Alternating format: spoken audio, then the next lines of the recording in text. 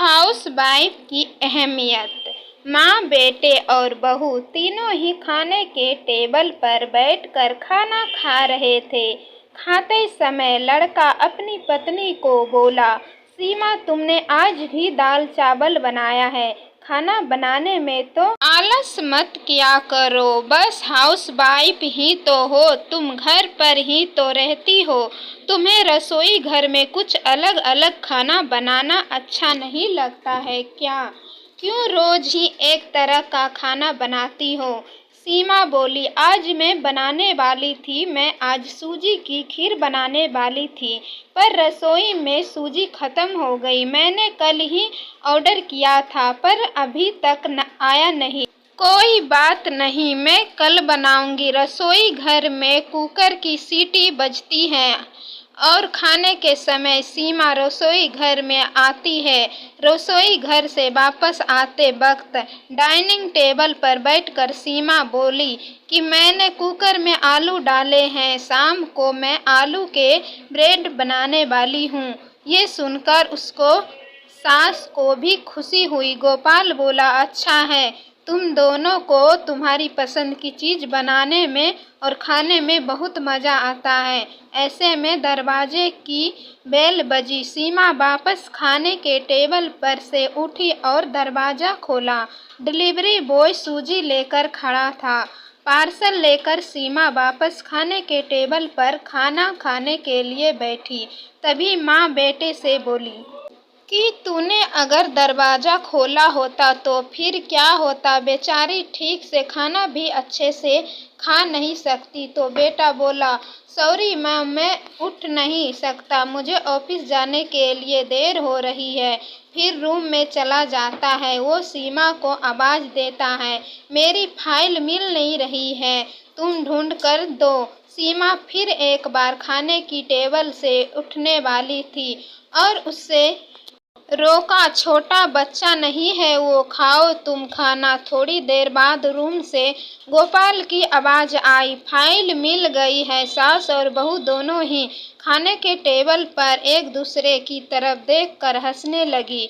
Gopal office जाने के लिए निकल गया। सीमा ने सारा काम खत्म किया। रात को आलू बड़ा खिचड़ी बनाती भी बनाई। खाना देख गोपाल और सास खुश हो जाते हैं। सीमा अब काम निपटा के सो जाती। दूसरे दिन सुबह गोपाल उसके बेडरूम में फाइल ढूंढ रहा था और वो फाइल ढूंढने की वजह से बेडरूम पूरा अस्त व्यस्त कर दिया। गोपाल अकेले में बड़बड़ा रहा था, इस घर में कभी भी कोई चीज़ समय पर नहीं मिलती है। इन औरतों को कोई काम नहीं होता। दिन भर इधर का सामान उधर करती रहती है।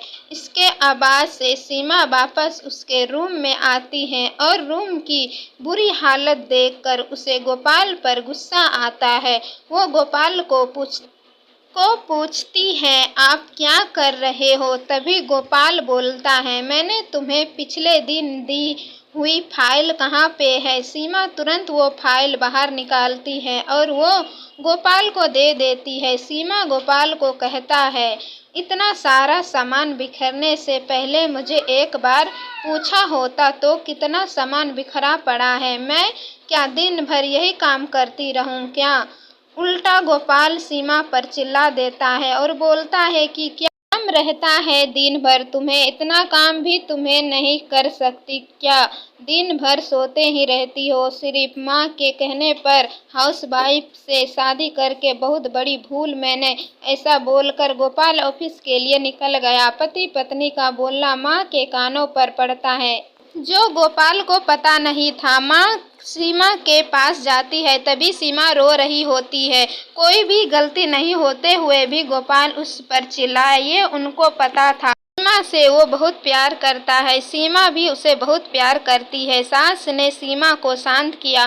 फिर दोनों ने गोपाल को अच्छा सबक सिखाने के लिए प्लान बनाया। दूसरे दिन सुबह गोपाल से जगा, तभी वो सीमा को चाय के लिए चिल्ला रहा था। तभी माँ नज़दीक के पास सोफे पर बैठी थी। वो बोलती है, सीमा घर पर नहीं है, वो किसी काम के लिए अपने मायके गई। गोपाल फोन निकालता है और सीमा को फोन करने लगता है। तभी माँ उसे रोक देती है, बोलती है कि फोन मत करो, वो मायके ही तो गई है, 2-3 दिन में आ जाएगी। गोपाल फोन रख देता है और माँ को बोलता है कि माँ चाय। तभी माँ बोलती है, हाँ 2 कप बनाना, मैं भी पीऊँगी। अच्छा नहीं होते हुए भी गोपाल चाय बनाने के लिए रसोई में जाता है। माँ सोफे से खड़ी होती है, बेटा गोपाल को पुकारती है। वो सोचने लगता है कि माँ उसे रोकेगी और खुद चाय बनाएगी, पर माँ बोलती है, मेरी चाय में शक्कर कम डालना। गोपाल चाय बनाता है और चाय लेकर आता है।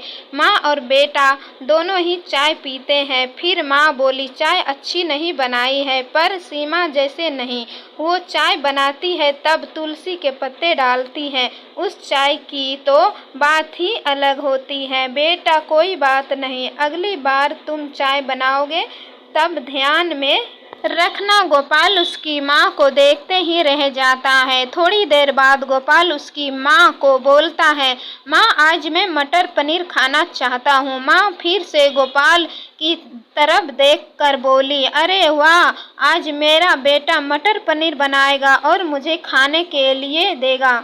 अच्छा हुआ, बहुत दिनों से मटर पनीर खाने की इच्छा हो रही थी। तभी गोपाल बोला, अरे माँ, मटर पनीर आपको बनाने के लिए कहने वाला था। तभी उसे माँ बोली, नहीं बेटा, मेरे घुटनों में बहुत दुखते हैं, मैं इतनी देर रसोई में खड़ी नहीं रह सकती। तभी गोपाल उसका फोन निकालता है और रेस्टोरेंट से ऑर्डर देने लगता है। तभी उसे माँ रोकती है और बोलती है, मुझे वह होटल का खाना पचता नहीं है, मुझे गैस हो जाती है और तुम मुझे बाहर खाना खिलाने वाले हो क्या? शायद माँ से प्यार नहीं करते हो तुम गोपाल। तभी गोपाल खाना बनाने के लिए रसोई घर में जाता है। 1 घंटे के बाद खाना तैयार होता है। 2 थाली में खाना लेकर गोपाल उसकी माँ के पास आता है। गोपाल ने दाल चावल बनाया है। ये माँ देखती है, गोपाल को बोली, अरे बेटा, तुम मटर पनीर बनाने वाला था ना? गोपाल बोला कि माँ, ये आसान नहीं है बनाने के लिए। तभी माँ बोलती है, सीमा होती तो आज उसने मटर पनीर आकर मुझे खिला दिया होता, पर जाने दो, तुम्हारे हाथों का खाना, बना हुआ खाना कहाँ मैं रोज खाती हूँ। ऐसा बोलकर माँ खाना खाने के टेबल पर आकर बैठती है।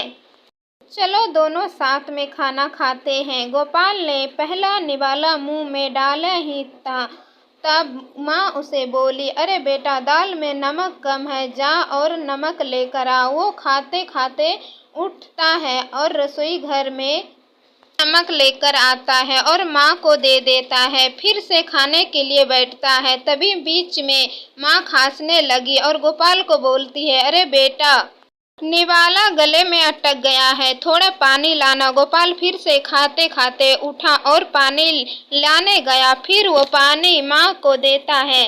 इस सब में गोपाल के चेहरे पर गुस्सा रूप से दिखाई दे रहा था। गोपाल को अब समझ में नहीं आ रहा था कि वो सीमा के साथ जिस प्रकार बर्ताव कर रहा था, उससे कितना बुरा लगता होगा। वो ये सब खुशी से करती थी, उसके चेहरे पर कभी भी कोई सिकन नहीं दिखती। वो सोचते खाना खा रहा था। माँ यहीं पर नहीं मानी। खाना खाने के बाद माँ गोपाल को बर्तन में आराम करने चली जाती है। माँ उसे परेशान करने का कोई मौका नहीं छोड़ती है। वो गोपाल को बुलाकर चादर ओढ़ाने के लिए कहती है। इसके बाद गोपाल रूम से बाहर जाता है तो उसे माँ रोकती है और एसी का टेम्परेचर कम करने को कहती है।